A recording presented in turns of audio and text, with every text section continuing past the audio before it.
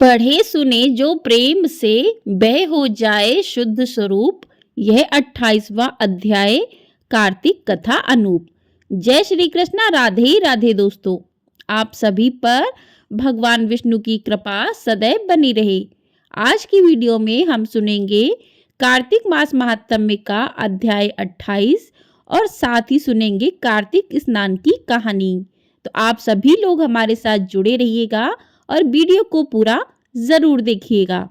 आइए पहले सुनते हैं भीष्म पंचक की कहानी। पौराणिक मान्यताओं के अनुसार जब महाभारत के युद्ध में पांडवों की जीत हुई, तब श्री कृष्ण भगवान पांडवों को भीष्म पितामह के पास लेकर गए। बाणों की सैया पर लेटे हुए भीष्म पितामह सूर्य के उत्तरायण होने की प्रतीक्षा कर रहे थे। तब श्री कृष्ण ने भीष्म से पांडवों को कुछ ज्ञान प्रदान करने का अनुरोध किया।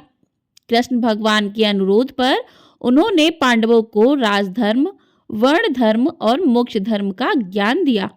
कहते हैं कार्तिक शुक्ल पक्ष की एकादशी से लेकर पूर्णिमा तिथि तक, यानी कि कुल 5 दिनों तक भीष्म द्वारा ज्ञान देने का यह क्रम चलता रहा। भीष्म द्वारा पूरे 5 दिनों तक ज्ञान देने पर श्री कृष्ण ने कहा कि आपने जो इन 5 दिनों में यह ज्ञान दिया है, अब से ये 5 दिन बहुत ही मंगलकारी हो गए हैं। भविष्य में ये 5 दिन भीष्म पंचक के नाम से जाने जाएंगे। कहते हैं कि भीष्म पंचक व्रत कथा का पाठ सबसे पहले ऋषि वशिष्ठ, ऋषि भृगु और ऋषि गर्ग ने किया था।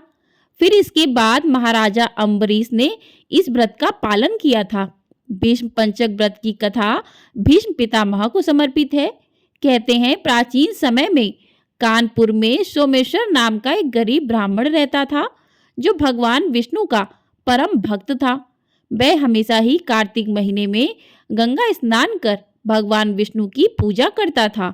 एक बार बीमार होने की वजह से वो किसी तरह गंगा घाट तो पहुंच गया, लेकिन घाट की सीढ़ियां नहीं उतर पाया। ऐसे में वह वहीं पर आराधना करने लगा। एक दिन भगवान विष्णु वृद्ध ब्राह्मण के रूप में उसके पास पहुंचे और सोमेश्वर से पूछा कि इस अवस्था में तुम यहाँ क्यों आए हो। इस पर निर्धन ब्राह्मण ने कहा कि वह उन्हें दुखों को दूर करने का उपाय बताएं। तब वृद्ध ब्राह्मण के रूप में पधारे भगवान विष्णु ने कहा कि कार्तिक माह की एकादशी से पूर्णिमा तक 5 दिन को भीष्म पंचक कहा जाता है। अगर इन 5 दिनों में गंगा पुत्र भीष्म को जल दान किया जाए, इसके साथ ही गंध, अक्षत, पुष्प पूजा किया जाए और भगवान विष्णु की विधि विधान पूजा की जाए, तो मनुष्य के सभी दुख दूर हो जाते हैं। इसके बाद गरीब ब्राह्मण ने यह व्रत किया और उसके सभी दुख दूर हो गए। बोली भगवान विष्णु की जय। तो इस प्रकार से भीष्म पंचक की कथा पूर्ण हुई। आइए अब सुनते हैं आज का अध्याय। धर्मदत्त ने पूछा, मैंने सुना है कि जय और विजय भी भगवान विष्णु के द्वारपाल है।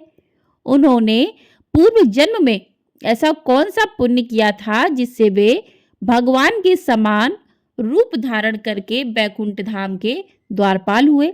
दोनों पार्षदों ने कहा, हे ब्राह्मण, पूर्व काल में तृण बिंदु की कन्या देवहूति के गर्भ से महर्षि कर्दम की दृष्टि मात्र से 2 पुत्र उत्पन्न हुए। उनमें से बड़े का नाम जय और छोटे का नाम विजय हुआ। पीछे उसी देवहूति के गर्भ से योग धर्म के जानने वाले भगवान कपिल उत्पन्न हुए। जय और विजय सदा ही भगवान की भक्ति में तत्पर रहते थे। वे नित्य अष्टाक्षर मंत्र का जप और वैष्णव व्रतों का पालन करते थे। एक समय राजा मरुत ने उन दोनों को अपने यज्ञ में बुलाया। वहां जय ब्रह्मा बनाए गए और विजय आचार्य बनाए गए।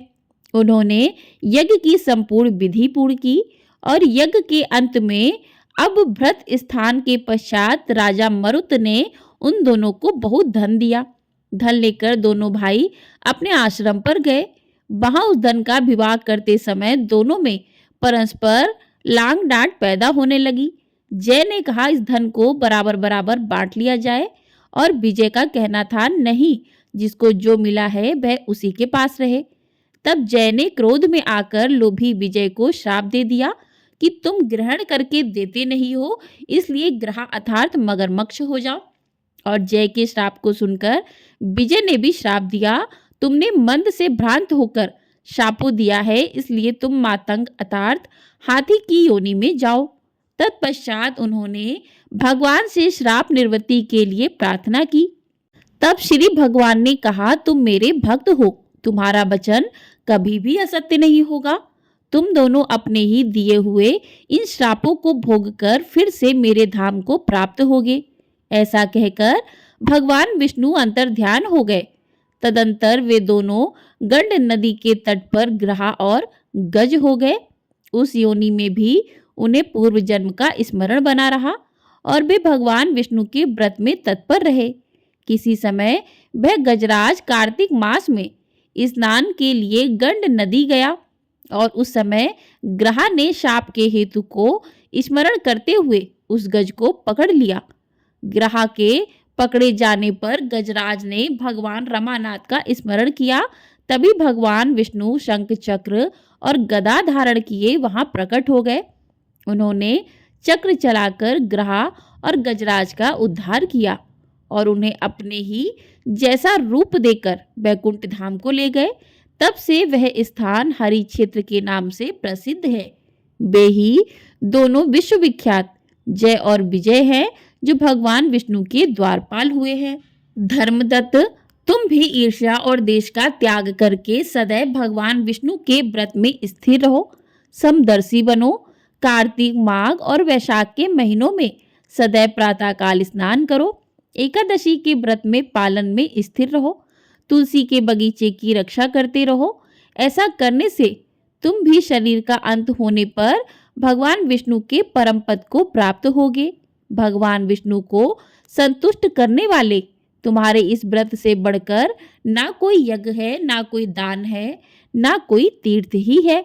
विप्रवर, तुम धन्य हो, जिसके व्रत के आधे भाग का फल पाकर यह स्त्री हमारे द्वारा वैकुंठ धाम में ले जाई जा रही है। नारद जी बोले कि हे राजन, धर्मदत्त को इस प्रकार उपदेश देकर वे दोनों विमानचारी पार्षद उस कलहा के साथ वैकुंठ धाम को चले गए। धर्मदत्त जीवन भर भगवान के व्रत में स्थिर रहे और देवासान के बाद उन्होंने अपनी दोनों स्त्रियों के साथ वैकुंठ धाम प्राप्त कर लिया। इस प्राचीन इतिहास को जो सुनता है और सुनाता है, वह जगत गुरु भगवान की कृपा से उनका सानिध्य प्राप्त करने वाली उत्तम गति को प्राप्त करता है। बोलिए भगवान विष्णु की जय। इस प्रकार से आज का अध्याय पूर्ण हुआ। बोलिए भगवान विष्णु की जय। आइए अब सुनते हैं तुलसी माता की आरती। तुलसी महारानी नमो नमो, हर की पटरानी नमो नमो, धन तुलसी पूरण तप कीनो, शालिग्राम बनी पटरानी, जाके पत्र मंजरी कोमल, श्रीपति कमल चरण लपटानी। तुलसी महारानी नमो नमो, हर की पटरानी नमो नमो, धूप दीप नैवेद्य आरती, पुष्पन की वर्षा वर्षानी, 56 भोग 36 व्यंजन, बिन तुलसी हरि एक न मानी। तुलसी महारानी नमो नमो, हर की पटरानी नमो नमो, सभी सखी मैया तेरो यश गावे, भक्ति दान दीजे महारानी। नमो नमो तुलसी महारानी, नमो नमो तुलसी महारानी। तुलसी महारानी नमो नमो, तुलसी महारानी नमो नमो, हर की पटरानी नमो नमो, तुलसी महारानी नमो नमो। बोली तुलसी मैया की जय। बोली भगवान विष्णु की जय। बोली शालिग्राम भगवान की जय। बोली लक्ष्मी मैया की जय। तो इस प्रकार से आज की भीष्म पंचक की कहानी, साथ ही आज का अध्याय और तुलसी माता की आरती पूर्ण हुई। तो आपको यदि वीडियो पसंद आई है तो वीडियो को लाइक ज़रूर कर दीजिएगा, शेयर कर दीजिएगा और चैनल पर पहली बार आए हैं तो चैनल को सब्सक्राइब भी कर लीजिएगा। आपको हमारे चैनल पर कार्तिक पूर्णिमा की कथा, साथ ही भगवान सत्यनारायण की कथा भी सुनाई जाएगी। यदि आप इन कथाओं को सुनना चाहते हैं तो इन कथाओं को भी सुन सकते हैं। और चैनल को सब्सक्राइब करके बेल आइकन प्रेस कर दीजिएगा, जिससे आपको आने वाली वीडियो का नोटिफिकेशन मिल जाएगा और आपको वीडियो तुरंत में प्राप्त हो सकेगी। और आपको ये वीडियो पसंद आई है, कमेंट बॉक्स में जय श्री कृष्ण अवश्य लिखिएगा। जय श्री कृष्ण, राधे राधे।